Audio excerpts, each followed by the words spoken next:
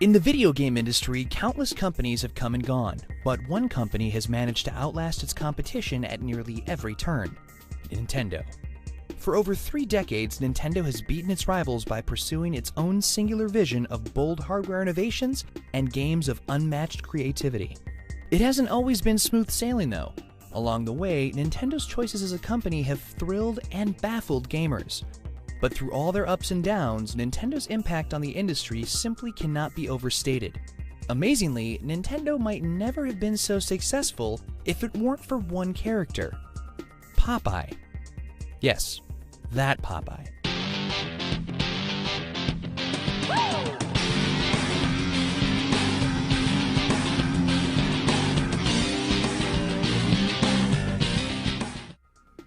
In the late 19th century in Kyoto, Japan, artist Fusajiro Yamauchi had developed great skill at the making and painting of Hanafuda, Japanese playing cards that were intricately detailed with beautiful and colorful imagery. By 1894, Yamauchi opened up his own Hanafuda manufacturing business. He called his new company Nintendo Koppai. Nintendo roughly translates as "leave luck to heaven," a great expression when playing games of chance. The company's cards became so popular that Yamauchi had to hire assistants to help him move from handmade Hanafuda to mass production. In 1929, Yamauchi's son-in-law Sekiro took over the business. One of Sekiro's most important acts was the creation of Nintendo's own distribution network, a vital piece of the puzzle that would serve the company well over the next several decades. By 1949, his great-grandson Hiroshi took over and began to move it into the modern era. While business for the company was going smoothly, something happened to Yamauchi during a visit to the United States that changed Nintendo forever. Author Jeff Ryan's 2011 book Super Mario: How Nintendo Conquered America provides an in-depth account of Nintendo's beginnings. As the book describes, Yamauchi took a meeting with Disney executives to license their characters for Nintendo cards. Seeing the vastness of Disney's empire firsthand revealed just how huge a global entertainment company could become. Yamauchi knew he would never settle for less than worldwide success. In an interview with Machinama, author Jeff Ryan explains that Yamauchi's coming of age as Japan lost the Second World War gave the man a hard edge, one that would drive him in business for the rest of his life. He came out of World War II, and he was from the Japanese side, so he was it was the whole greatest generation thing mixed in with the fact that his side had lost and he was running his grandfather's company, and he needed to make a lot of tough decisions. And for about 30 years, he was making decisions that didn't quite play out. But every time he tried something, he would learn from the failure. Mostly he would learn, well, we don't do that again. In 1963, the business's name changed to simply the Nintendo Company Limited, a move reflecting its expansion into other ventures. However, the company's card-making experience helped it break into one business: toys. Author Jeff Ryan explains how Nintendo transitioned from cards to toys with the help of its existing distribution network. Trading cards kept on making money, but it was a small amount of money. He realized that there was a distribution network that was valuable beyond just the cards that they were selling, because that allowed him, if he wanted to make a toy, he could get it into every toy store in Japan, which was something that a normal toy manufacturer starting from scratch can't do. Its first toy was the Ultra Hand, an extendable arm invented by Gunpei Yokoi, a maintenance worker from Nintendo's card-making factories. Yokoi had originally created the Ultra Hand for his own amusement, but Yamauchi saw Yokoi's potential.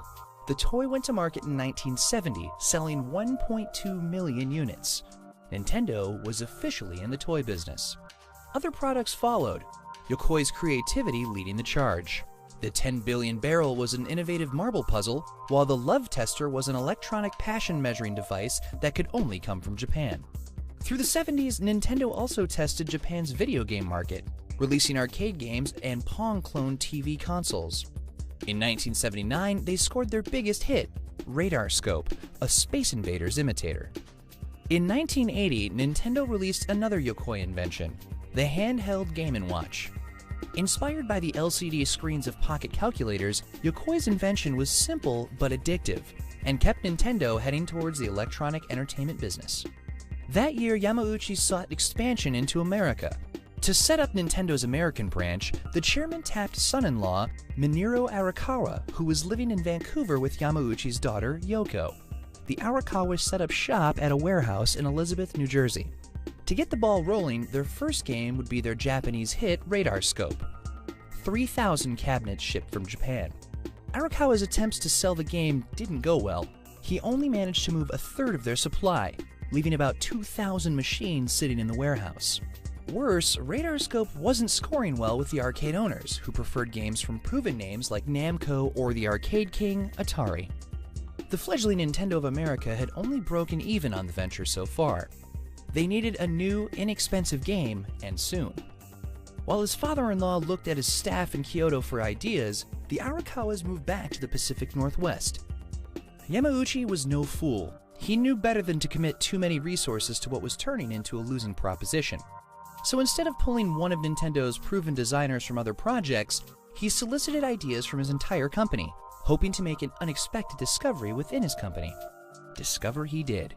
Shigeru Miyamoto, a 29-year-old staff artist, piqued Yamauchi's interest. Miyamoto was teamed with Gunpei Yokoi, who would help turn the new designer's ideas into reality. The two would use a conversion kit to transform those unsold radar scopes into something new. But before they began, they hit a snag. Yamauchi's wanted to base a game on a popular character to spur sales. It just so happened that a new Hollywood movie based on Popeye was in production. And 20 years earlier, Nintendo had released a ramen product based on the spinach-eating sailor. Yamauchi believed acquiring the rights would be a cinch, but weren't available after all. Miyamoto was undeterred. Already on course for a great new game, all he had to do was tweak the characters a bit. Olive Oil was made into the generic lady, while Bluto devolved into the giant, stubborn ape he'd always resembled. And Popeye would leave the Navy and become a carpenter. That love triangle featured in Popeye's cartoons and comic strips informed these new characters and set players off on a quest to rescue the damsel in distress. The story of the new game was a great hook, but no one would pump quarters into a game that didn't play well. Fortunately, Miyamoto happened to be a game designing genius, a fact no one, not even himself, had realized until he'd gotten the job. Gone was Radar Scope's derivative alien shooting mechanic. This new game wouldn't have any shooting at all. Instead, players would have to direct the in-game avatars safely up a construction site to rescue the kidnapped lady, jumping over barrels and finding scattered hammers to clear away threats. This new Jumpman, as Miyamoto called him, offered a new way to play, and the development team knew it would be special. As for the game's title, Miyamoto looked to Japan and America's shared history of gigantic movie monsters. King Kong, of course, was the biggest ape around. But this was no king. This ape was not only stubborn, but like Bluto, pretty stupid. More like an ass. Or a donkey. Donkey Kong had a name. But they still needed names for the other two characters. Lady would be named Pauline, in thanks to their kind warehouse manager Don James, whose wife's name was Polly. The game's hero, however, was named after the warehouse's owner, James's hot-headed boss, Mario Siegel.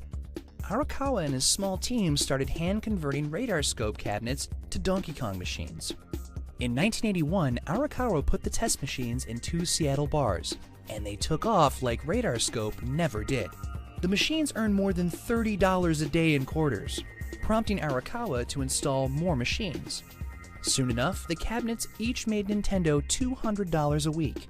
Arakawa and his team converted the rest of the 2,000 Radar Scope cabinets by hand and began manufacturing hundreds of new Donkey Kong machines to keep up with the growing demand. Soon enough, there were 60,000 Donkey Kong machines in operation throughout North America that year. Nintendo had arrived, and it was all thanks to the inspiration of Popeye the Sailor Man and Miyamoto's genius. Nintendo exploded onto the arcade scene and brought success Yamauchi had known would one day be his. But in addition to growing into a bigger business, Nintendo had also grown into a bigger target. As 1981 drew to a close, over 60,000 Donkey Kong arcade cabinets dotted North America. By 1982, Nintendo manufactured up to 50 cabinets per day. In its first year in the US, Donkey Kong earned $180 million for Nintendo. In its next year, the barrel-throwing ape earned another $100 million, launching Nintendo into the video game stratosphere. In July 1982, Nintendo of America bought 27 acres in Redmond, saying goodbye to the warehouse in Tukwila, Washington, that was owned by Jumpman's namesake Mario Siegel. Riding high on Donkey Kong's success, Nintendo was gearing up to bring the arcade into customers' homes. But not only would they soon face monkey business in the courtroom, Nintendo would once again face an uphill battle to sell America on its latest product. Soon their success in the States would seem like nothing more than a pipe dream. But sometimes... As Donkey Kong guzzled quarters across America in 1981, its creator Shigeru Miyamoto set up to work on a sequel. In 1982, Nintendo released Donkey Kong Jr., a follow-up as unconventional as its predecessor. Instead of keeping Mario in the position of the hero, Miyamoto decided to cast him as the villain, having cruelly locked Donkey Kong in a cage at the top of the screen. Playing the role of the hero this time was Donkey Kong's son, who climbed vines and chains while dodging toothsome enemies to save his father. Despite the potentially blasphemous switcheroo of making Mario the antagonist, Miyamoto had scored again. Donkey Kong Jr. managed to sell over 30,000 cabinets. Donkey Kong was a force to be reckoned with. The brand's success paved the way for another lucrative opportunity for Nintendo: licensing and merchandising. Console maker Coleco gained the rights to make a home version of the game. And outside of video games, Nintendo found that Donkey Kong's face looked good on everything: board games, stuffed animals, and more. But to MCA Universal, the movie studio behind 1976's King Kong feature film, Donkey Kong simply looked like an ever-growing dollar sign. After countless threats of legal action and after scoring multi-million-dollar settlements with nearly every Donkey Kong license, Universal filed suit against Nintendo on June 26, 1982. The studio alleged that Donkey Kong infringed on their King Kong copyright. The video game maker, however, refused to budge. The case went to trial in early 1983, and Nintendo prevailed with ease. Its lawyers, led by attorney John Kirby, established the many differences between the conflicting Kongs. But if this weren't enough for the judge, Kirby proved that, in fact, Universal hadn't a legal leg to stand on. In 1975, the studio had sued previous King Kong picture maker RKO Pictures, and had itself proven that King Kong was in the public domain. The result of the 75 case cleared the way for Universal's 76 film remake. It also caused the judge to throw the suit against Nintendo out of court in '83. Nintendo had taken on the powerhouses of American entertainment and emerged victorious. While Nintendo of America defended itself in court, Nintendo in Japan had released its next big product: the Nintendo Family Computer, or the Famicom. According to Jeff Ryan's Super Mario: How Nintendo Conquered America, Nintendo president Hiroshi Yamauchi had the Famicom in the works for years. The 8-bit home console featured two wired controllers with raised directional pads and two-face buttons, a design that had originated with Gunpei Yokoi's Game & Watch. In July 1983, the Famicom was released in Japan with ports of Nintendo's American hits: Donkey Kong, Donkey Kong Jr., and the game that finally realized Yamauchi's vision, Popeye, a title that shared plenty in common with, what else? Donkey Kong. Nintendo finally wrangled the rights to the Sailor Man who had inspired Nintendo's biggest hit. That year, Nintendo sold over 500,000 Famicoms. The next year, it shattered that number by moving 3 million consoles. Nintendo had another hit on its hands, and the next step was to bring it to the US. But there was one problem. In 1983, the American video game market had crashed, a consequence of too many overpriced and underwhelming systems competing with each other. Game developers sprang up like mushrooms, creating unauthorized and often lousy games for the many consoles on the market. By 1984, the idea of a home video game system was anathema to American audiences and retailers alike. Once again, Nintendo of America's president Minoru Arakawa had an uphill battle selling the systems in the States.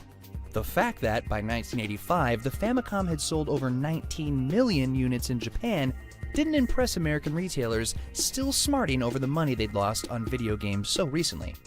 So instead of trying to sell a game system, why not try to sell a toy?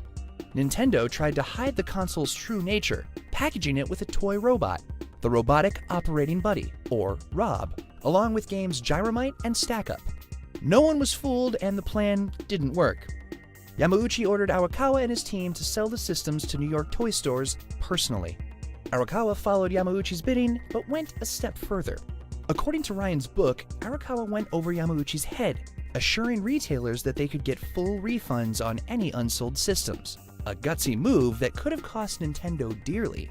Fortunately, Arakawa's gamble paid off, and 50,000 units sold in New York.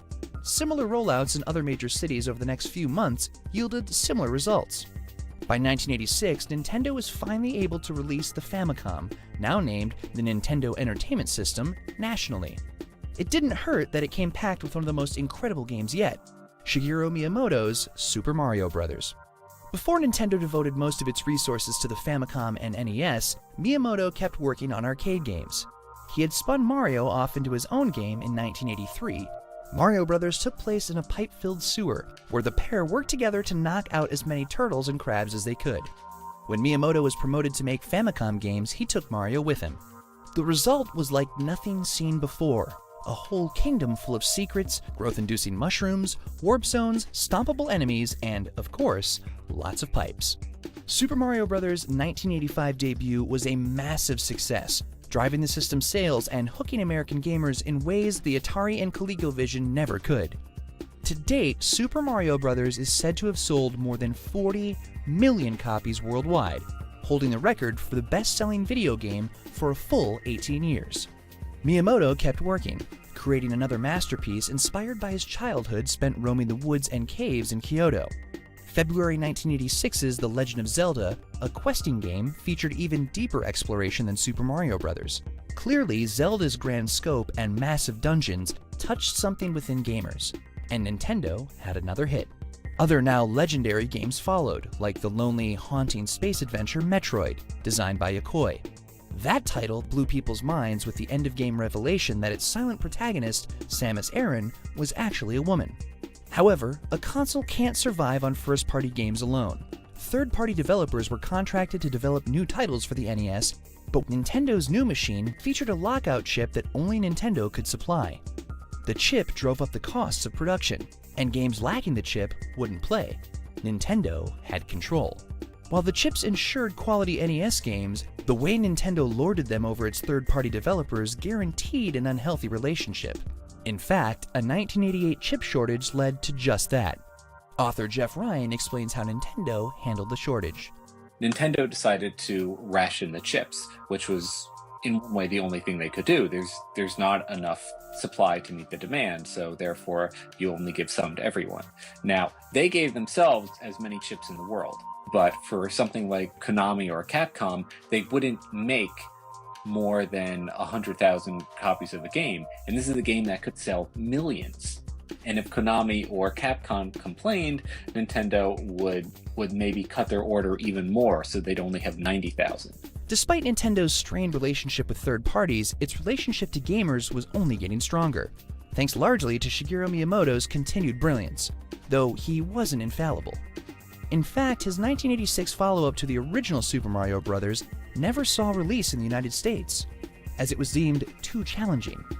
It had all the familiar hallmarks of the original game, but harder. Some mushrooms made Mario super, but some mushrooms actually killed him. Nintendo of America thought it was more sadistic than satisfying. But Super Mario needed a sequel, so Miyamoto oversaw production on converting another game, Yumi Kojo Doki Doki Panic, into a new Mario title.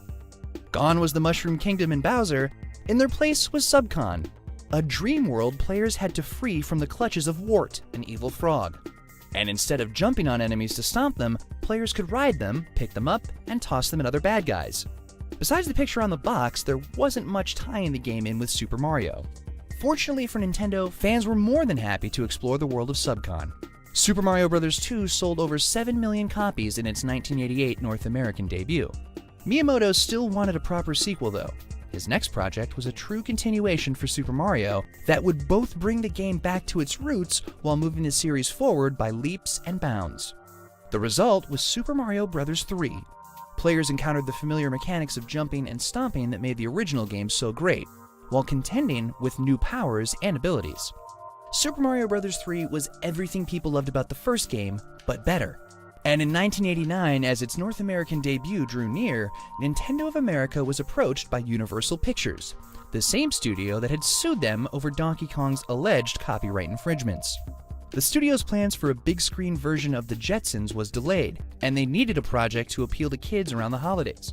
The result was The Wizard, a movie starring Fred Savage and Christian Slater, depicting two brothers' journeys across the country on a quest to win a video game tournament. And the game featured at the tournament itself? None other than Super Mario Bros. 3, which made its North American debut in multiplexes across the country. While The Wizard isn't remembered as much more than an afterthought, Super Mario Bros. 3's release in February 1990 found its place in the history books. It was Nintendo's biggest hit yet, selling 18 million copies and achieving the record for the best-selling video game not bundled with a system. As it began the 1990s, Nintendo had been transformed since its tentative entrance into the video game market a decade before. Instead of simply being a player in the industry, Nintendo practically owned it. The company seemed invincible, but soon enough, Nintendo would discover the price for not playing well with others. By the late 1980s, Nintendo seemed to have sewn up the video game industry across the globe. The Nintendo Entertainment System was a staple of the American family room, and Super Mario was a household name, starring in 3 hit games, several cartoons, and appearing on every product Nintendo could license. But in 1987, NEC released the PC Engine in Japan, a 16-bit competitor to Nintendo's 8-bit Famicom. A year later in 1988, Sega released their 16-bit Mega Drive console. Nintendo couldn't rest on its laurels and remained the dominant force in video games. Ironically, Nintendo's next big idea was a bit on the small side. Gunpei Yokoi's handheld Game & Watch LCD toys was one of Nintendo's earliest successes in the video game industry. But the future was clearly consoles, and Yokoi had been working on a portable version of the Famicom for years. Replicating the bright, colorful animation of most home consoles would require a backlight and a big drain on the device's battery life, not to mention pricey manufacturing costs. To keep costs down and batteries up, the system would skip color altogether. Yokoi's final design was finished and released as the Game Boy in April 1989. The 8-bit 2-button console took 4 AA batteries that lasted for at least 10 hours, all for about $90. While the Game Boy's monochromatic greenish display wasn't much to look at, and couldn't be seen at all in the dark, it gave consumers one of the most successful pack-in titles yet, Tetris, an addictive Russian puzzle game for which Nintendo had purchased the console rights. It proved to be so addictive, in fact, that Nintendo sold out of its initial run of 1 million Game Boy units in mere weeks of its release, likely on the strength of Tetris alone. Estimates pegged Tetris' sales on the Game Boy at over 30 million copies to date. A few months later in September, Atari released its rival handheld, the backlit full-color 16-bit Lynx. It didn't stand a chance. The Lynx may have been more powerful, but as Yokoi knew, that power came at a cost. The Lynx's 6 AA batteries could only provide power for roughly half the time of the Game Boy, while selling for more than twice as much, ringing up at $190. The choice for consumers was clear, and the Game Boy was a massive success. Though Sega's 8-bit Game Gear, released a year later, had fared better than the Lynx, the Game Boy was already a runaway train that couldn't be caught. It easily outlasted its competition, selling nearly 119 million units in its unprecedented 14-year life cycle. The fact that the Game Boy boasted Nintendo's exclusive properties only solidified its position as the handheld leader. Shortly after the system's debut, Nintendo published Super Mario Land, a new title produced by Yokoi himself. Mario left the Mushroom Kingdom for a place called Sarasa Land. Instead of rescuing Princess Toadstool from King Koopa, Mario fought a mysterious spaceman named Tatanga to rescue Princess Daisy. But of course, the differences didn't matter. Mario jumped and stomped his way to 18.4 million sales. Other famous names appeared on the Game Boy. Yokoi brought his lonely space adventure back for Metroid 2: The Return of Samus in 1992, and Shigeru Miyamoto's The Legend of Zelda: Link's Awakening was published a year later. But not every Game Boy star came from the NES first. In 1992, a Nintendo-sponsored developer, HAL Laboratory, created a new platformer called Kirby's Dream Land, which starred a flying pink puffball who could swallow up enemies like a vacuum cleaner. And just as Mario was named after Nintendo's landlord, Kirby was named for John Kirby, the Ace Attorney who defended the company in Universal's 1983 Donkey Kong lawsuit. Even though Nintendo was handily winning the battle for handhelds, the home console war was heating up. Though the Famicom was king in Japan, by 1990 Sega's 16-bit Genesis, the American name for the Mega Drive, was making serious waves. Sega had taken advantage of their competitors' adversarial relationship with third-party developers. For years, Nintendo had held developers hostage by rationing out lockout chips, without which games wouldn't play on the Famicom or NES. Because Nintendo sought absolute control over its products, it transformed itself into little more than a tyrant.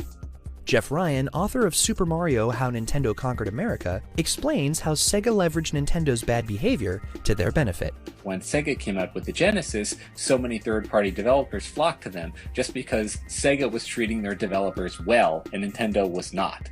And Nintendo was able to do that because they were the only game in town. They had something like 92% market share. But when the Genesis came around and the Genesis started to gain speed, people realized, oh, finally there's another heavyweight contender out there. There's someone else who can take on the Goliath. Sega churned out arcade ports and secured exclusive third-party releases, a side effect of a clause in Nintendo's contracts forbidding developers from making games for other consoles. One of the most important turned out to be the very first console version of Electronic Arts' new sports franchise, Madden NFL Football, which earned huge sales during Christmas 1990. And in the following summer, Sega released their own homegrown killer app, a new high-speed platformer called Sonic the Hedgehog. Suddenly, Sega had their own Mario, but one with wild hair, a 90s tood, and the remarkable ability to finally threaten Nintendo's stranglehold on the American console market. But, of course, Nintendo had long been working on the NES's successor. The 16-bit follow-up was released in the fall of 1990 in Japan as the Super Famicom, and in summer 1991 in America as the Super Nintendo Entertainment System. The console came with Shigeru Miyamoto's most expansive and best-looking game yet, Super Mario World. Once again, Nintendo's pack-in title helped move systems. According to Ryan's book, Super Mario World sold 3.5 million copies in Japan, while in the States, gamers bought 17 million. 3 days after its US launch, retailers had sold out of the Super Nintendo console. The SNES was a hit, but unlike its predecessor, it faced some fierce competition.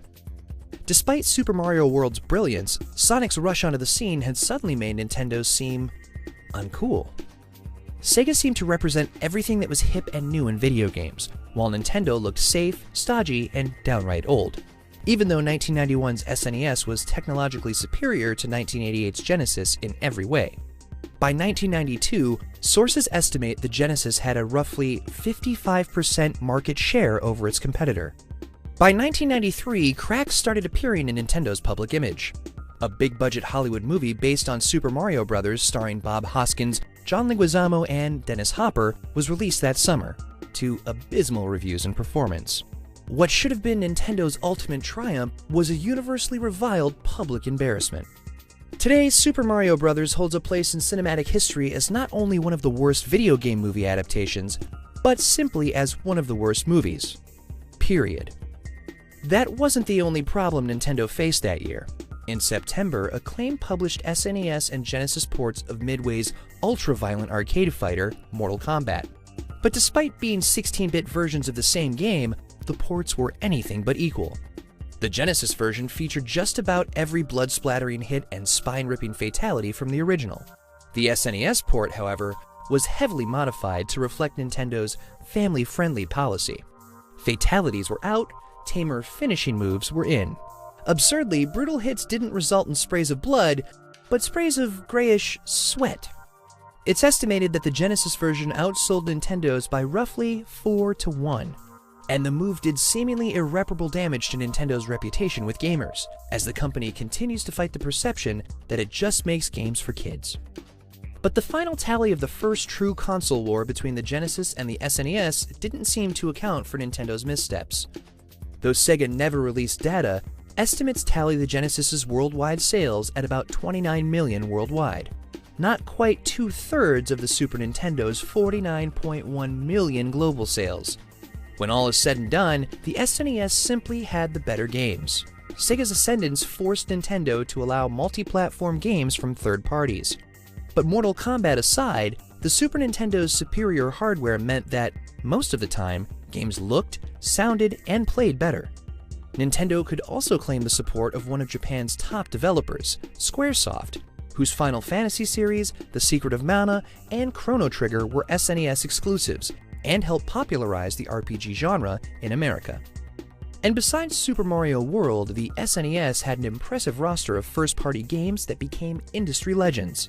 Familiar titles like The Legend of Zelda: A Link to the Past and Super Metroid appeared, not to mention launch title F-Zero, the Super FX chip-powered Star Fox, and the genre-spawning Super Mario Kart. And that wasn't all. The company's decision to buy a 49% stake in British developer Rareware in 1994 proved to be nothing short of genius, as was releasing one of Nintendo's oldest properties from its closely guarded vault. That year, Rare and Nintendo released Donkey Kong Country, a platformer that had more in common with Super Mario Bros. Than the 1981 arcade classic. But visually, Donkey Kong Country was like nothing else on the market. Its developers had animated pre-rendered 3D graphics as 2D sprites. The effect was a game that looked far more technologically advanced than it actually was. Donkey Kong Country sold over 8 million copies worldwide, becoming the second best-selling SNES game of all time. Donkey Kong had come full circle, having regained his rightful place as one of Nintendo's most recognizable and profitable characters. And like Donkey Kong, Nintendo was also regaining its position as top banana in the video game industry. Its reputation for first-class products and its first-class ego had seemed well-earned with the SNES's success. But just as its haughty, prideful attitude with third parties had allowed Sega to swoop in, Nintendo's tradition of arrogant business decisions would prove that what goes around, comes around. By the mid-1990s, Nintendo had won the 16-bit console war against Sega. But that victory came at a cost. Its reputation faltered when it censored SNES ports of the ultra-violent and ultra-popular Mortal Kombat. More importantly, Nintendo lost its singular hold on third-party developers. Sega wooed many away to make games for their Genesis, a seduction made easy by Nintendo's years of bullying developers into lopsided contracts. Nintendo's bad behavior led to the first major threat to its industry dominance since Donkey Kong catapulted the company to the top of the video game market. And more of Nintendo's misdeeds would come back to haunt them, as a former business partner would threaten all they had built. Nintendo would soon learn. Since 1988, Nintendo had been working with electronics giant Sony on a console that would play cartridges and CDs, a true multimedia game machine. But when the joint venture began, Nintendo was still the biggest fish in the relatively small video game pond. As the partnership progressed, it became clear that Nintendo didn't want to cede its complete control, and wanted even less to split the profits. Despite the unhappy marriage, work continued on the new device, culminating in a presentation at the Consumer Electronics Show in June 1991. The presentation showed off what had been dubbed the Nintendo PlayStation. On that day in June, Sony's future in the market looked bright. What a difference a day makes. A day after the PlayStation presentation, Nintendo announced it was breaking its contract with Sony, opting to go with its rival Philips instead. Philips had been working on its own CD-based game machine, the CDI, since 1984, bringing it to market later in 1991. Philips would make the CD-based add-on device for Nintendo's 16-bit consoles, not Sony. Little did Nintendo know, but it had created a monster. Sources say that Nintendo broke its contract with Sony because the two companies could never agree on how to divide the never-ending stream of cash the partnership would have made. Perhaps when the contract between the companies was signed in 1988, no one could predict how ubiquitous and important the CD-based medium would truly become. Signing a deal giving Sony more control and profit over CD-based manufacturing and sales, with Nintendo keeping control only over cartridges, may have seemed harmless at the time. But by 1991, it was clear that CDs and their enormous storage capacity were the future of media. Giving control of manufacturing and distribution of CDs to Sony would have made Sony the heavy hitter in the relationship. Nintendo couldn't play second fiddle. Sony fumed at the betrayal and threatened lawsuits, but there were reasons to keep the attorneys at bay. For instance, Sony had supplied the Super Famicom with its sound chip. Eventually, cooler heads prevailed, but the years of work that had gone into the PlayStation would not be wasted. Company president Norio Oga insisted that the company continue its foray into the video game market. Sony had a competitor to crush. Meanwhile, Nintendo's new partnership with Philips didn't quite pan out. It's been speculated that Nintendo's about-face was an attempt to strong-arm Sony into a revised contract that would benefit Nintendo more. And Philips, it seemed, wanted its CDI media format to be the universal standard for all game-playing machines, an idea that didn't jibe with Nintendo's preference toward proprietary formats. Worse, Nintendo feared the ease of CD piracy, another potential revenue loss. Nintendo pulled out of that partnership too, but not without paying a price. As part of its agreement with Philips, Nintendo licensed some of its trademark characters to appear in CDI games. The result? Hotel Mario, Link, The Faces of Evil Zelda, The Wand of Gamelon, and Zelda's Adventure are known as some of the worst games to feature these characters. In fact, they're regarded as some of the worst games to feature any characters. Needless to say, the experience reinforced one valuable lesson for Nintendo: keep control. While Nintendo dithered between partners, never releasing the CD playing expansion it had planned on since 1988, Sega had no such problems. The Mega CD expansion for the Mega Drive console was released in Japan in late 1991, with the Sega CD hitting North America the next year. Then, in 1994, Sega released the 32X, another add-on to expand the capabilities of the Genesis. But neither of these peripherals did much for Sega. The Genesis had still come up short to the SNES, as the underwhelming and underselling Sega CD proved. The world wasn't ready for CD-based gaming after all. And American consumers knew that the Sega Saturn, a true 32-bit console already a hit in Japan in '94, was set for a fall 1995 release, so they largely ignored the 32X. But when Sega made a surprise E3 announcement that the Saturn would launch in May, customers, retailers, and developers scratched their heads. Most developers were preparing for a fall launch, so there weren't that many games to buy. Meanwhile, Sony took the opportunity to cut the September launching PlayStation's price to $300, leaving the $400 Saturn to languish on the store shelves. Sega's 4-month head start resulted in a mere 80,000 units sold, while the much-hyped PlayStation sold over 100,000 units in its first weekend. All the while, Nintendo waited. Their own next-gen console, the Ultra 64, had been in development since 1993, but by 1995, it wasn't ready yet. What was ready, however, was the Virtual Boy, a 32-bit portable device that offered gamers full 3D visuals, and also completely red visuals. Gunpei Yokoi had been developing the device with his team since 1991. Throughout that time, the Game Boy inventor struggled with the Virtual Boy's design and was reluctant for it to go to market. According to Jeff Ryan's book Super Mario: How Nintendo Conquered America, Yokoi wanted to wait until including full-color visuals was more affordable. Nintendo's president, Hiroshi Yamauchi, however, wanted a new product on the market while the Ultra 64 matured. The Virtual Boy launched in the summer of 1995.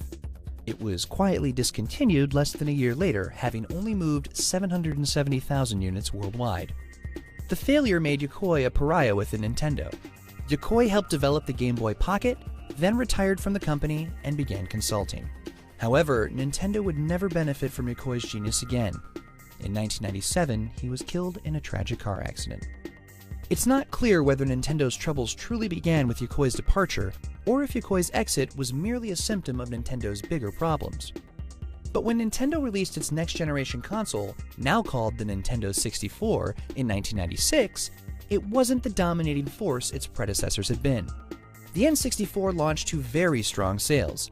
In 4 months in North America, it sold 400,000 units, far outstripping the Saturn's dismal performance. Its $200 launch price was a full $100 less than Sony's PlayStation, but the N64's affordability was diminished due to the high cost of its games, a whopping $70 per cartridge. Fortunately, one of the system's best-loved and most successful launch titles, Super Mario 64, was more than worth the price of admission. Nintendo's resident genius, Shigeru Miyamoto, had done it again, reinventing Mario in a way that was both brand new and comfortably familiar. For the first time, Mario existed in a deep, fully three-dimensional world, freed from the flat lands of 2D side-scrolling. Miyamoto had packed 13 enormous levels full of exploration, taking a page out of the Zelda playbook. To complete the game, players rooted through every nook and cranny in an effort to find all the stars and coins that they could. But Miyamoto's game was part of the reason the N64 was delayed a year, Originally, he'd wanted to include 40 levels in the game. In fact, some of the elements he couldn't fit into Super Mario 64 appeared in The Legend of Zelda: The Ocarina of Time, which was released 2 years later in 1998. Both games were considered masterpieces, as were many of the other first-party games Nintendo published. Star Fox 64 and Mario Kart 64 were enormous expansions of the original SNES titles, while new franchises like Super Smash Bros. And Mario Party found popularity of their own. And Rare, the studio behind the SNES smash Donkey Kong Country, delivered another critical hit for the system in 1997. GoldenEye 007, which sold more than 8 million copies and offered what seemed impossible: a great first-person shooter on a console. GoldenEye paved the way for the torrent of console first-person shooters that have followed, and best of all, GoldenEye was an N64 exclusive. But amid Nintendo's successes, there was a critical piece of the puzzle missing: third parties. The reason? Cartridges. As game makers continued to up the ante with cinematic visuals and sound, it was apparent that CDs were the best medium for the job. They were inexpensive to manufacture and held tons of data. While cartridges could load more quickly, they held a fraction of the data of discs. Sega and Sony understood the CD's benefits, while Nintendo only saw drawbacks, none more frightening than piracy. Developers didn't share Nintendo's fears and started pulling their support in search of easier development and higher profits. The avalanche started with Squaresoft, which had previously enjoyed a lucrative partnership with Nintendo on the SNES console. While the two companies had thrived together, Square was expanding its scope, and its next project, Final Fantasy VII, was shaping up to be epic. But such a large game would never fit on a cartridge. The choice for Square was clear. In 1997, Final Fantasy VII launched for the Sony PlayStation. The game was a monster hit, selling over 10 million copies, popularizing the RPG genre among American gamers, and making plenty of money for Sony.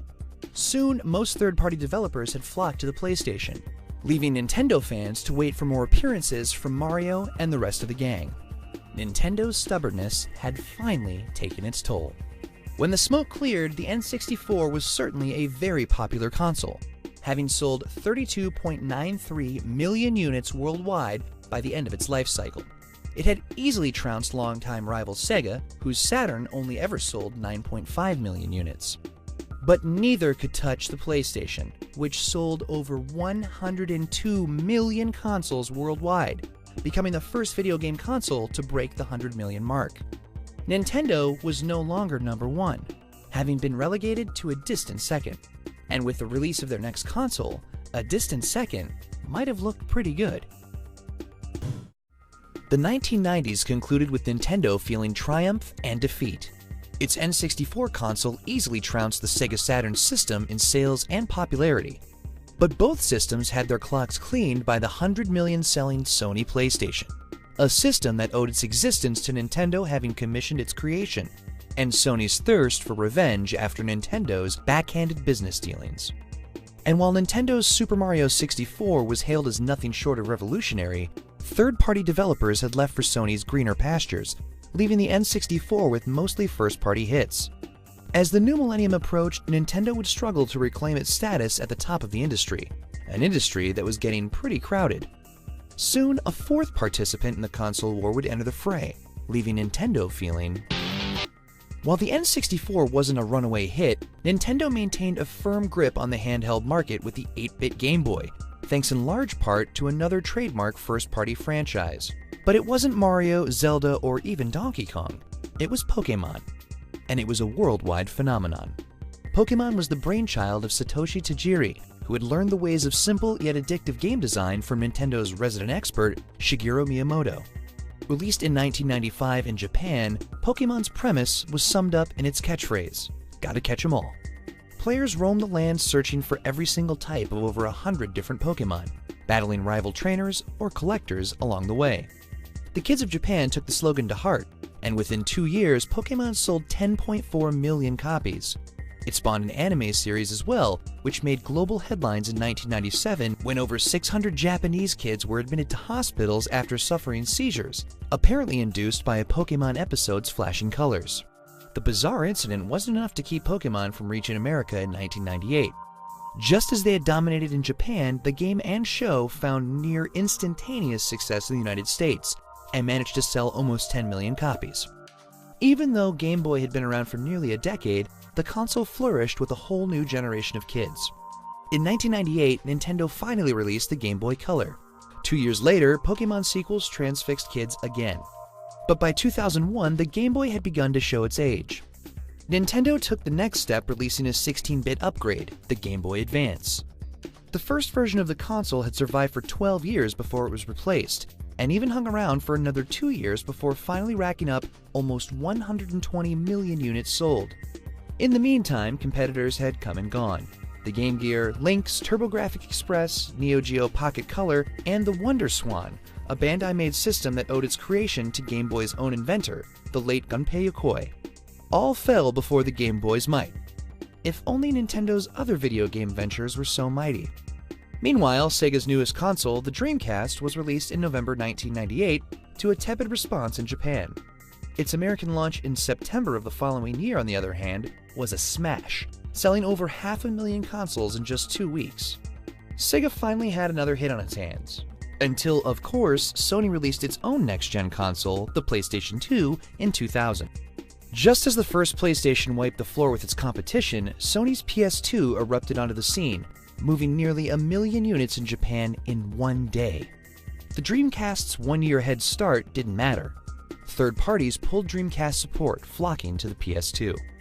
But by March 2001, Sega threw in the towel, announcing their exit from the console business to focus exclusively on software. In fact, later that year, 2 Sega games would be launch titles for Nintendo's newest console. But if consumers mourned the loss of Sega in 2001, they didn't grieve long. Nintendo's newest system, the GameCube, would launch on November 18th. And if that weren't enough, another tech giant was barging into the video game market to take Sega's place. Microsoft's Xbox was scheduled to launch a mere 3 days before the GameCube. The latest console war had begun. Sony's PlayStation 2 was the clear frontrunner, considering its growing catalog of hit games after a year on the market, a built-in DVD player, and its backwards compatibility with the original PlayStation's game library. The new challenger, Microsoft's Xbox, had plenty to offer as well, like its own DVD player, an internal hard drive, and an integrated Ethernet adapter for high-speed online gaming. The GameCube came in purple or black and had a little handle so you could carry it. In many ways, this was an unfair fight. Microsoft had the capital to brute force its way into the console market, a move Sony used a generation before with the PlayStation. Sony and Microsoft both had enough money pouring in through their other divisions to offset the costs of entering the video game market cold. Even selling feature-packed consoles at a loss was manageable for Nintendo's competitors. Nintendo, by contrast, made only games. How could it hope to compete against 2 big-spending tech giants with virtually unlimited wallets? The GameCube's North American launch still managed to impress, however. Priced $100 lower than the competition, the GameCube moved over 500,000 units in its first week on shelves. But Microsoft kept pace with Nintendo. The Xbox sold out of its supply of 300,000 units after its first week. When it came to playing actual games, not DVDs, the GameCube was on a pretty level playing field with the PlayStation 2 and Xbox. And having learned how toxic cartridges had become to developers, Nintendo made the switch to discs. While the Xbox and PS2 ran on full-size 12cm CDs and DVDs, with capacity upwards of 8.5 gigabytes of data, Nintendo commissioned Panasonic to create special proprietary mini DVD discs. Like the N64 cartridges, the mini DVD format was company president Hiroshi Yamauchi's solution for foiling would-be game pirates. The discs measured at 8 centimeters, but only offered 1.5 gigabytes of data capacity. For many game makers, this was plenty of space. But for developers pushing the generation's technical limits, the mini DVD presented problems. Bigger games required more than 1 disc to play, and some cross-platform titles required video and audio to be more compressed, or for some features to be omitted from the GameCube ports entirely.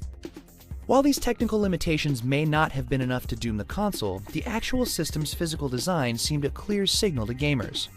The purple cube, the lunchbox handle, the bizarre controller with bean-shaped buttons, and the baby-sized game discs signified that Nintendo wasn't making real games for real gamers. Nintendo had reinforced its reputation as safe, kid-friendly, and extremely uncool. Of course, the GameCube still boasted some amazing titles that couldn't be found anywhere else. At launch, LucasArts and Factor 5 offered up Star Wars Rogue Leader, a space combat game set around the classic Star Wars trilogy that blew gamers away with fantastic visuals and top-notch action. A few weeks after GameCube's launch, Nintendo released its latest Shigeru Miyamoto title, a new real-time strategy franchise called Pikmin. It quickly established itself as a Nintendo staple, selling over 1 million copies. A month after the console's launch, Nintendo released Super Smash Bros. Melee, the sequel to its homegrown fighter that pitted its trademark characters in 4-way combat. Melee became the GameCube's best-selling title with over 7 million copies. And in 2002, Nintendo ported a late-cycle Japanese N64 game, Animal Crossing, to the GameCube, a decision that won tons of critical praise and establishing yet another lucrative franchise for the company's family of consoles. And in 2002, Nintendo released Metroid Prime, a radical reworking of Gunpei Yokoi's side-scrolling franchise. Created by Retro Studios, a second-party developer in Austin, Texas, Metroid Prime helped combat Nintendo's kids-only vibe by reinventing the series as a thrilling first-person shooter. The new direction was a critical hit, feeling at once familiar and utterly brand new. Prime is remembered as one of the best, most highly praised games of the generation. But there were glaring omissions from the GameCube's lineup. For one, where was Mario? For the first time ever, Nintendo's home console didn't have a game featuring Mario at launch.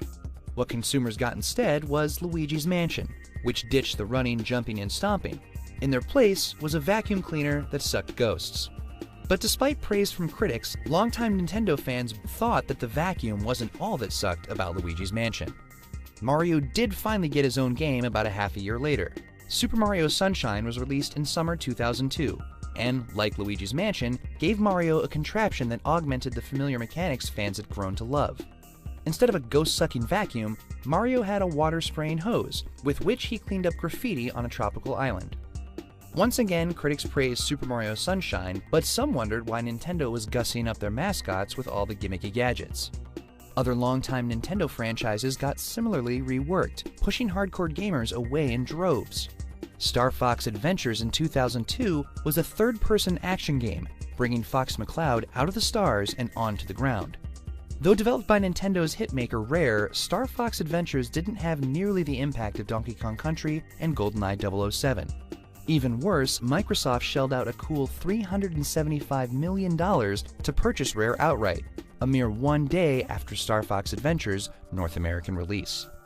That wasn't all, though. When the new installment of Miyamoto's other long-running franchise was unveiled, many fans considered it the final nail in the coffin.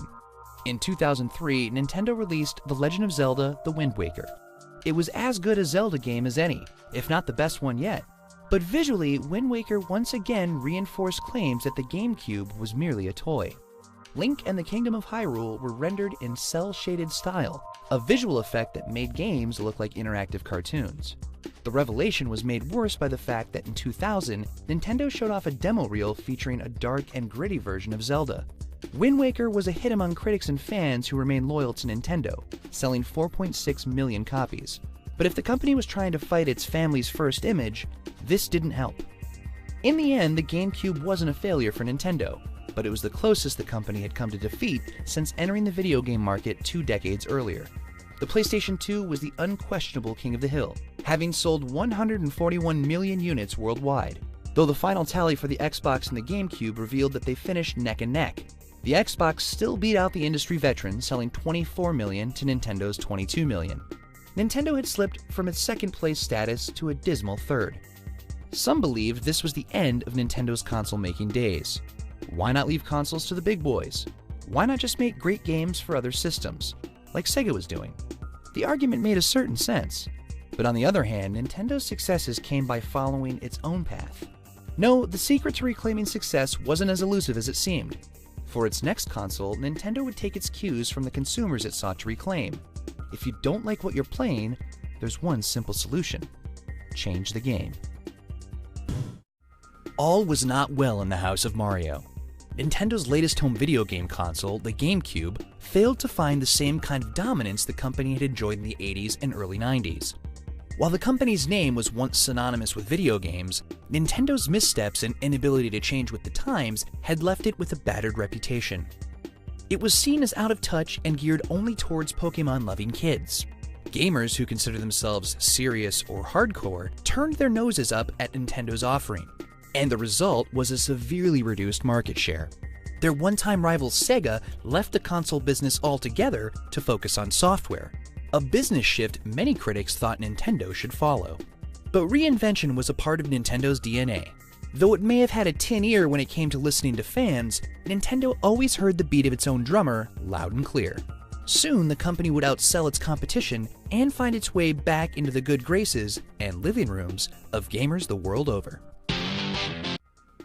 Hiroshi Yamauchi had been the president of Nintendo since 1949, molding and shaping the company for more than half a century. Under Yamauchi's leadership, Nintendo grew from a regionally successful playing card company into a global entertainment powerhouse. But shortly after the GameCube's 2001 launch, Yamauchi knew it was time to step down. His son-in-law, Minoru Arakawa, retired as president of Nintendo of America in 2002. Though many thought Arakawa would succeed his father-in-law, it seemed the former Nintendo of America president was happy to leave the industry altogether after 22 years. These two men shaped Nintendo's two-decade transformation, and whoever followed would have their work cut out for them.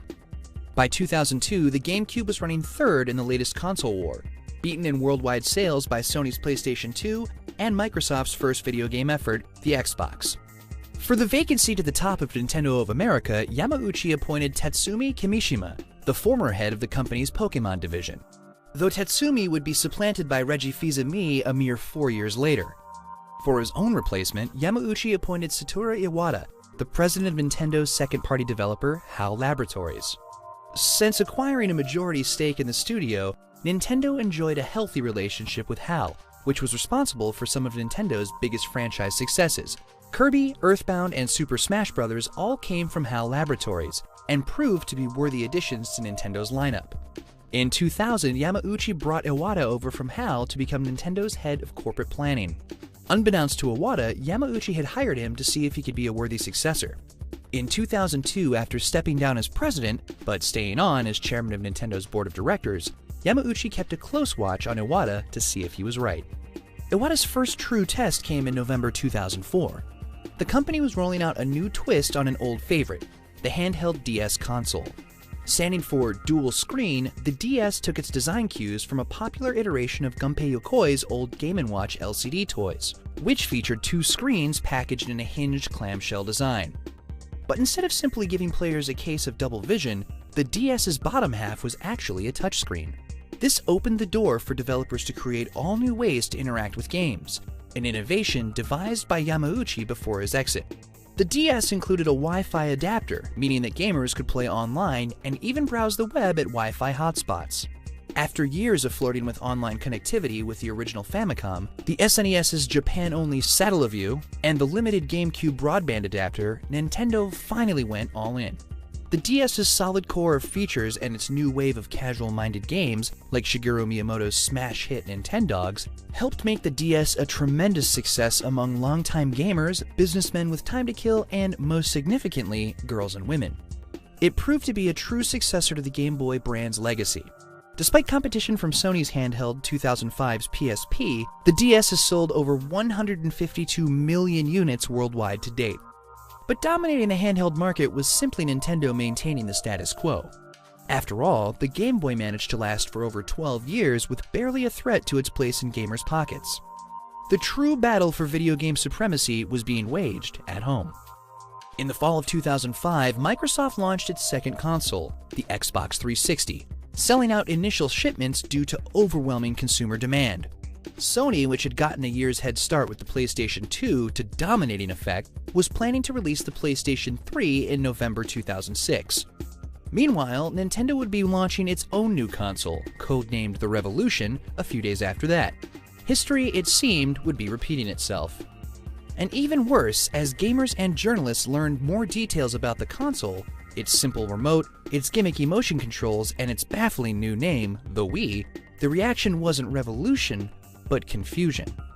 But as the Wii's release date drew near, excitement about Nintendo's new console began to grow among the gaming media. The system promised a brand new way to play video games, a claim Nintendo had already fulfilled once with the DS and its unique touchscreen. While Microsoft and Sony pushed the technological envelope in terms of audio-visual spectacle, the Wii stripped the gaming experience down to basics. Every console generation to this point seemed to slap more buttons and analog sticks onto an increasingly convoluted controller. The idea of actually playing a game was lost amid the complexity. Speaking of complex, Sony's PlayStation 3 was suffering for the reasons its predecessor had excelled. The system didn't just play games and DVDs, it included an expensive built-in Blu-ray player and online connectivity. Its beefy hardware specs were powerful and impressive, but resulted in sticker shock, costing $499 for the most basic model. The Wii was puny by comparison, but with an equally puny price of $249 to match, not to mention always-on Wi-Fi capability of its own. The Wii also boasted backwards compatibility with the GameCube's library, as well as a robust online store full of classic titles from its earlier systems, not to mention plenty of games from the Sega Genesis and NEC's TurboGrafx-16. Though its online gaming options weren't nearly as sophisticated as those found in the PS3 and the Xbox 360, the Wii offered enough bells and whistles for the casual gamers just looking to have fun. By the time the Wii and the PS3 launched in November 2006, people had received Nintendo's message loud and clear. The Wii sold out immediately and became that year's hottest holiday gift. For months after its release, the Wii was difficult to find all around the world, despite the company manufacturing 1.6 million units a month throughout 2007. By 2008, Nintendo began manufacturing 2.4 million units a month in an effort to keep up with how quickly the system was selling out worldwide. Nintendo was simply unable to meet the overwhelming demand that had emerged for the console, which was finding its place in living rooms and senior rec centers all around the country. The Wii was being touted by the media as a new way to stay active and healthy, somewhat dubious claims Nintendo never promised, but never dispelled either. By September 2007, not even a year after its release, the Wii overtook the Xbox 360 in worldwide sales, boasting 9 million units sold to Microsoft's 8.9 million. Meanwhile, the PS3 lived up to its name, taking third place with 3.7 million units sold. The Wii had quickly turned Nintendo's fortunes around, transforming what was once perceived as Nintendo's weakness, an emphasis on family fun, into its strength. Anyone could pick up a Wii remote and figure out how to play. The concept was best illustrated in the Wii's pack-in title, Wii Sports, which featured 5 different motion-controlled, sports-inspired minigames, ranging from bowling to boxing to baseball. To swing the bat, all you had to do was swing the remote. To return a serve in tennis, just do your best Serena Williams impression. These were video games people could understand intuitively, no complicated instructions required. Wii Sports was so successful that it broke the record for highest-selling video game of all time, a title previously held by Super Mario Bros., for 18 years. To date, Wii Sports has sold nearly 80 million copies. But while the Wii was undoubtedly a hit with a newly emerging class of casual gamer, many hardcore gamers were placated with another launch title, The Legend of Zelda: Twilight Princess. Finally, Nintendo made good on its long unfulfilled promise of a more mature Zelda. It also featured motion controls for attacks. The innovative controls were a hit, and Twilight Princess sold 5.8 million copies by 2011, earning several Game of the Year awards. Was Nintendo just for kids and moms? Hardly. Mario took his time showing up on the Wii, finally appearing in Super Mario Galaxy a year after the system's launch. But it was worth the wait. Galaxy was an instant smash. Like Super Mario 64 had done before it, Galaxy brought a new and exciting gameplay mechanic to the franchise. The action was set in space on small, interconnected planets, each with their own gravitational pulls. And best of all, there wasn't a water hose in sight. Super Mario Galaxy sold over 10 million copies by March 2012 and earned several Game of the Year awards in 2007. But as popular as the Wii had become with gamers and old folks alike, developers weren't all quite as enamored. As the system matured, it became clearer that only Nintendo fully understood the secret recipe that made the Wii so appealing. Many third-party games couldn't figure out how to successfully utilize the console's motion controls. Other games didn't even bother, and the Wii was plagued with endless shovelware and half-baked, underpowered ports of other titles. One developer working at EA famously announced at the Game Developers Conference in 2007 that the Wii was nothing more than, quote, 2 GameCubes stuck together with duct tape. But no matter how upset developers might have been, the numbers didn't lie. By September 2012, the Wii had sold 97.18 million units, while the PS3 and Xbox 360 were neck and neck with roughly 70 million units sold for each. The system was a hit, and Nintendo was back on top. The Wii never could stand up to the horsepower of the Xbox 360 and PS3, but neither competitor could boast the Wii's intuitive and unique motion controls, though they tried. In 2010, both Sony and Microsoft launched their own takes on the Wii's motion-based gaming, the PlayStation Move and the Xbox Kinect. Once again, Nintendo had transformed the industry, and its rivals were scrambling to keep up. Nintendo was king of the hill once more. After 5 years of enjoying its reclaimed market dominance, the company planned to wow the world again with its latest device, a giant leap in handheld gaming technology over its wildly successful DS console. What could go wrong? In a word, everything. The Wii was a return to form for Nintendo, rocketing the company straight to the top of the video game market. It easily outpaced the competition in sales, racking up nearly 100 million in console sales over the course of 6 years. It also featured some of the company's most exciting and innovative first-party games yet. But for every great Nintendo-made Wii game, there were at least 3 forgettable third-party titles. The system was plagued with inferior ports, low-selling exclusives, or straight-up shovelware. Nintendo had captured the hearts and living rooms of families around the globe, while the Wii left a bad taste in the mouths of so-called real video gamers. So how could Nintendo keep the casual audience it had won with the Wii, but recapture the hardcore gamers who felt buyer's remorse? Could the two factions come together once more? Even before Nintendo's success with the Wii console, the company had dominated the handheld market for 2 decades. The Game Boy was the champion of mobile gaming for over 10 years, while the Game Boy Advance and DS systems kept Nintendo's hot streak alive. So when its next handheld gaming system was unveiled at E3 in 2010, it seemed like a surefire winner. The 3DS was exactly what it sounded like, a more powerful version of the DS console with 3D visuals, without the use of annoying glasses. A year before, in 2009, James Cameron's big-budget spectacle Avatar had ushered in a frenzy of interest in 3D movies and television. Electronics manufacturers cranked out 3D-capable TVs, while blockbuster movies were converted for 3D screenings. The 3DS's promise of glasses-free 3D visuals seemed like the perfect gadget at the perfect time. When the system launched in the spring of 2011, it seemed as though Nintendo had done it again. The 3DS sold out of its initial shipment of 400,000 during its release in Japan. Nintendo of America announced that the 3DS's US launch had set a record for the highest first-day sales of any of the company's previous devices. But soon after, interest in the 3DS slowed to a crawl. Nintendo had hoped to ship at least 4 million consoles by the end of March, but fell short with only 3.61 million. By June, sales in Japan finally crossed the 1 million mark, a shocking reversal of fortune considering the DS had managed the feat in a mere 4 weeks. Only a few months after its launch, developers were announcing delays for their 3DS games, citing slow system sales. What had gone wrong? To start, Nintendo overestimated the public's hunger for a 3D-enabled gaming system. The 3DS's high launch price of $250 didn't help either. And despite the promises of 3-dimensional ROMs through familiar Nintendo titles, there were only 3 first-party launch games: Pilot Wings Resort, Steel Diver, and Nintendogs and Cats. But above all, there was one unseen factor that stalled the 3DS's sales: the iPhone. Apple's take on smartphones revolutionized the mobile technology industry. Sure, in the mid-2000s everyone had a cell phone, but they also had separate MP3 players, GPS navigators, cameras, and gaming machines. When the iPhone hit in 2007, it sent shockwaves through the tech world, condensing all those devices and more into one sleek, fashionable gadget.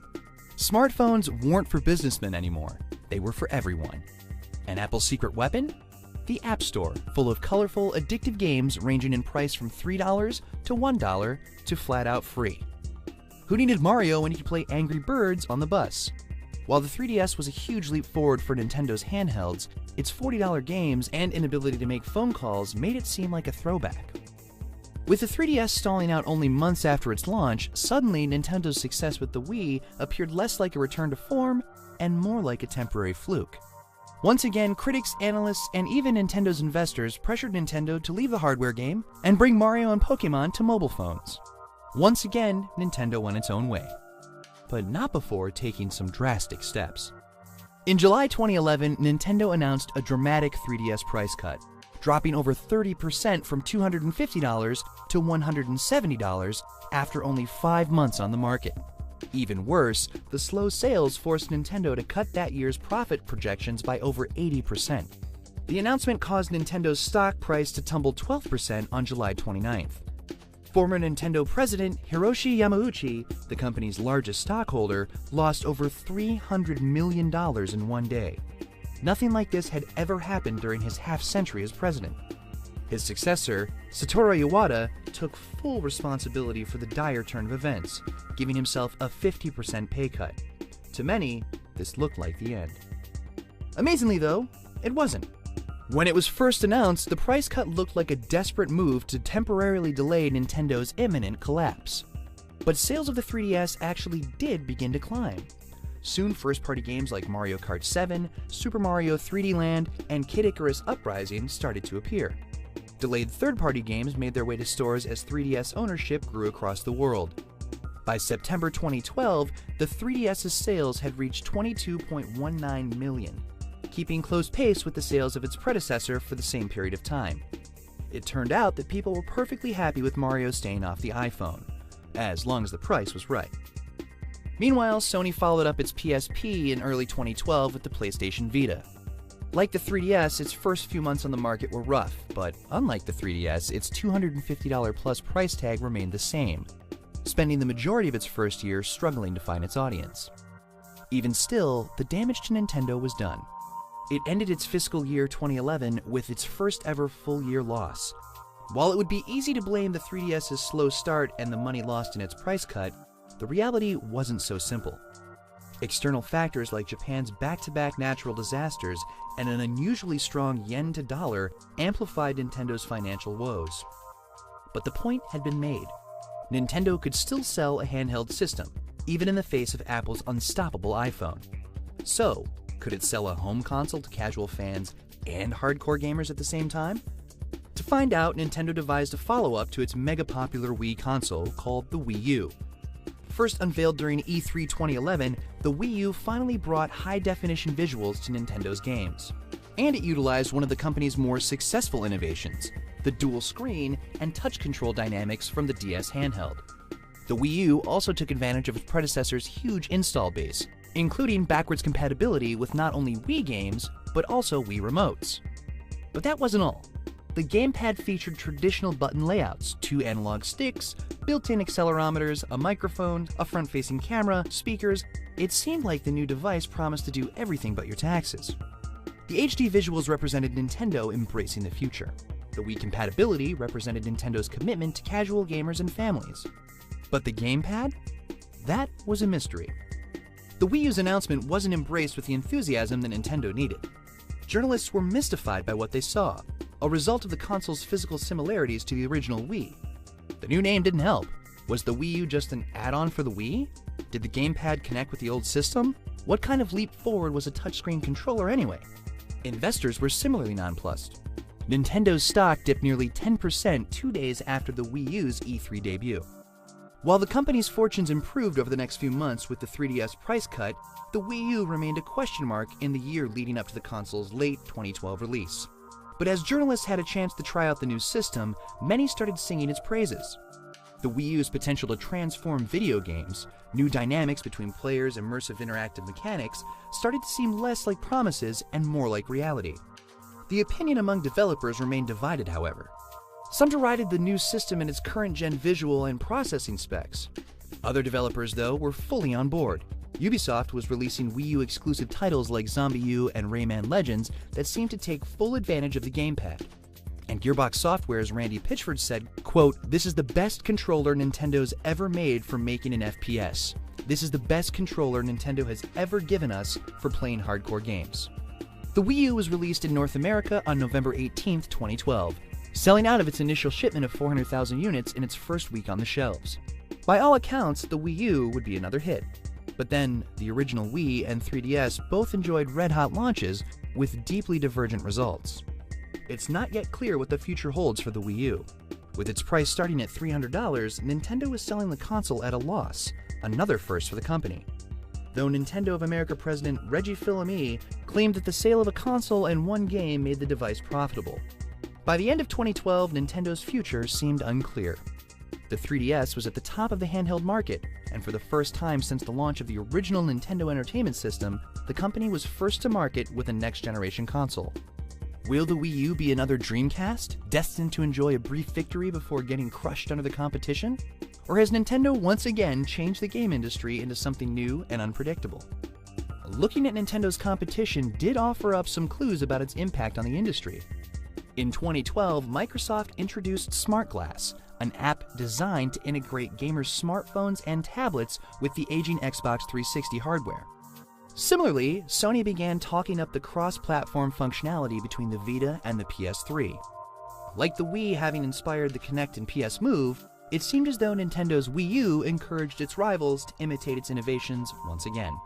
No matter what happens with the Wii U, Nintendo has had a greater influence on the video games industry than any other company before or since it entered the industry. In terms of business, Nintendo's first home console created a business model the industry has embraced and internalized. And though it didn't invent the video game medium, Nintendo perfected it. And the games it creates blaze trails of innovation and creativity that have never been matched. The proof is in the record books. Super Mario Bros. Held the record for the highest-selling video game of all time for a staggering 18 years. And when the record did finally fall, it was due to, what else? Another Nintendo game, Wii Sports. From its humble beginnings as a playing card manufacturer in Kyoto over 100 years ago, to its status today as a worldwide symbol of games and fun, Nintendo will undoubtedly find a way to live on for generations to come. Super Mario, Link, Pokemon, and the rest aren't merely mascots for a video game company. They're modern icons that represent new realms of excitement to explore. For over 30 years in the video game market, Nintendo has left luck to heaven, and will likely never stop making plenty of luck on its own.